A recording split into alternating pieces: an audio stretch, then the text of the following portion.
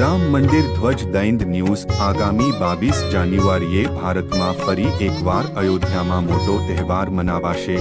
500 વર્ષ બાદ ફરી એકવાર રામલા પોતાના ગૃહ મંદિરમાં પ્રવેશ કરશે। અયોધ્યામાં રામ મંદિર પ્રતિષ્ઠાની ભવ્ય તૈયારીઓ દેશભરમાં ચાલી રહી છે। ઠેર ઠેરથી જુદી જુદી વસ્તુઓ બનીને અયોધ્યા પહોંચી રહી છે।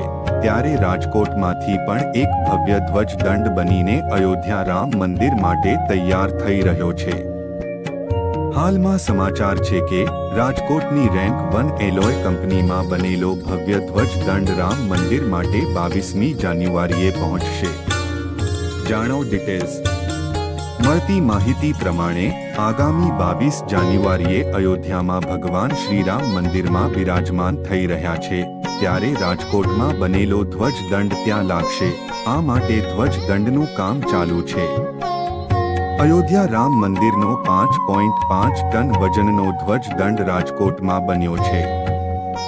આ 45 ફૂટનો ધ્વજ દંડ ત્યાં 161 ફૂટ ઊંચા રામલાના મંદિર પર લાગશે। આને બનાવવા માટે 1200 આરપીએમ પર ફરતા મશીનમાં કાસ્ટિંગ કરવામાં આવ્યું છે। સેન્ટ્રીફ્યુગલ ડાયકાસ્ટિંગનો ઉપયોગ કરીને આ ભવ્ય ધ્વજ દંડને બનાવવામાં આવ્યો છે। ખાસ વાત છે કે આ ધ્વજ દંડ રાજકોટ નજીક આવેલા શાપર-વેરાવળ ઇન્ડસ્ટ્રીઝમાં રેન્ક 1 એલોય નામની ફેક્ટરીમાં બનાવવામાં આવ્યો છે। કોઈપણ પ્રકારના મિશ્રણ વિના કોપર અને ઝીંકનો ઉપયોગ કરી આ મુખ્ય ધ્વજ દંડને બનાવવામાં આવ્યો છે। આ ઉપરાંત તેની સાથે 21 ફૂટના 6 નાના દંડ બનાવવામાં આવ્યા છે। રાજકોટના શાપર વેરાવળમાં રેન્ક 1 એલોય નામની બેટરીના માલિક રાજેશભાઈ મણવરને આ ધ્વજ દંડ બનાવવા માટે ઓર્ડર આપવામાં આવ્યો હતો। પોવર્ડ by ડુબવર્સ।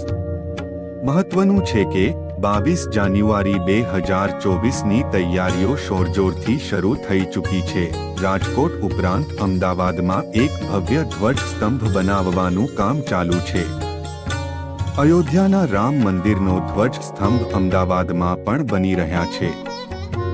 Shri અબિકા engineering works company આ ધ્વજ સ્તંભનું નિર્માણ કાર્ય કરી રહી છે। એક મુખ્ય ધ્વજ સ્તંભ સહિત 7 ધ્વજ ધ્રુવ છે, જેનું વજન 5500 કિલો છે।